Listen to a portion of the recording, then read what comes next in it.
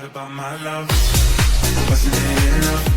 Just let me know so I can... Yeah, number 9, we've got my sleep paralysis demon, Sid the Sloth, aka Carson Beck. I did put him in my top 10 list. Let me clarify this. You know, kind of like with what Dante was talking about with Hoover of like the 6'2" to 6'4". That's what you got with Carson Beck. So you've got, you've got ideal quarter, like the stereotypical, but like the, standard 6'4", 220 quarterback. The thing with Carson Beck, as much as like people like to dog on him, myself included, this is true. When you actually go back and look at it, a good chunk of those picks or drops and all that were not his fault. Obviously, when you have Arian Thomas, who Aaron Smith, him too, not Thomas. I don't know why I said Thomas. And Dylan Bill, they both horrible catchers of the football. And despite all that, he still had the 8th highest QBR in the league.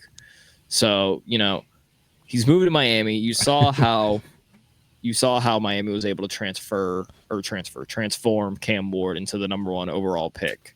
I know people might have forgotten about it because it did get covered a lot, but Cam Ward was the number 1 overall pick. Let's all just remember this real quick. So you kind of saw how he was going from a 5th to 6th to undrafted, to the number 1 overall. We saw that. We've seen what he can. We've seen that he's going to have better weapons than he did at Georgia, because Miami actually will give you weapons other than Georgia, who mainly just kind of focuses on their defense and run game. And despite all.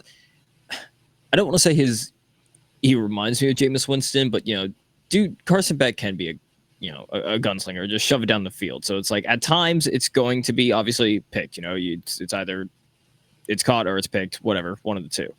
But 28 touchdowns through the air. I don't know how many on the ground, but 28 touchdowns through the air, 12 interceptions, and again, still despite all of that, he still had the 8th highest QBR on top of that. Now you're going to Miami, who actually does give you weapons, and I don't know. It'll be interesting to see. Obviously, I know Dante is the biggest fan of Carson Beck out of all of us up here. But despite all that, again, I had him. I might have had him at 10. I had him at 10. But despite all that, all of us had Carson Beck on the top 10 list collectively. He ended up at 9. So at number 9, we've got Carson Beck.